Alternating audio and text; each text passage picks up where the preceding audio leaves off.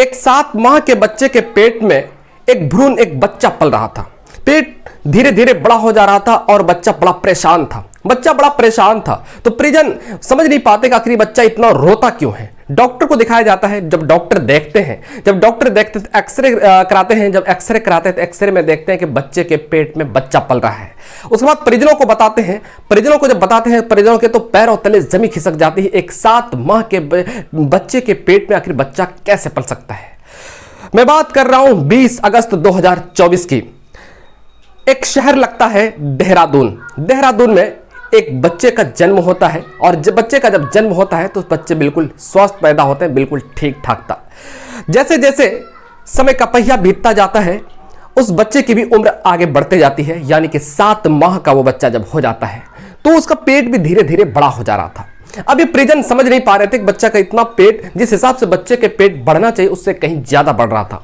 अब ये समझ नहीं पा रहे थे कि आखिर इस बच्चे को हुआ क्या है। उसके बाद फिर वो चीखता था, चिल्लाता था, बड़ा परेशान रहता था।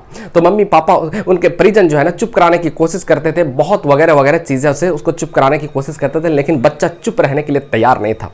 तो एक दिन सोचा कि चलो बड़े डॉक्टर को दिखाते हैं, देखें आखिर बात क्या है और ये बच्चा रोता क्यों है।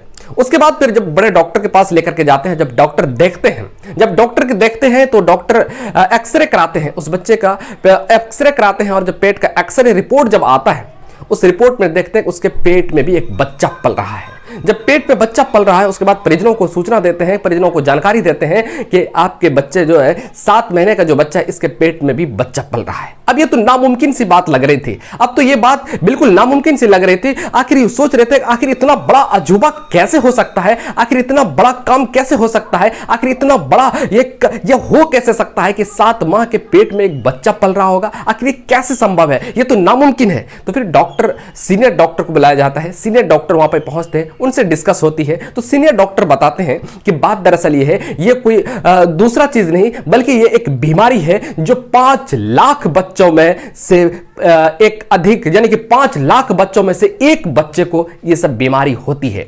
ये बीमारी होती है और इसका इलाज ऑपरेशन है। इस बीमारी का नाम है फिट्स इन फीटू बीमारी। इस बीमारी का नाम है फिट्स इन फीटू बीमारी है, जो कि 5 लाख बच्चों में से एक बच्चे को होती है। घबराने की कोई बात नहीं है। उसके बाद डॉक्टर की टीम ऑपरेशन करते हैं और ऑपरेशन करने के बाद फिर उसको बाहर निकाला जाता है और बच्चे स्वस्थ होते हैं, बच्चे बिल्कुल ठीक ठाक होते हैं।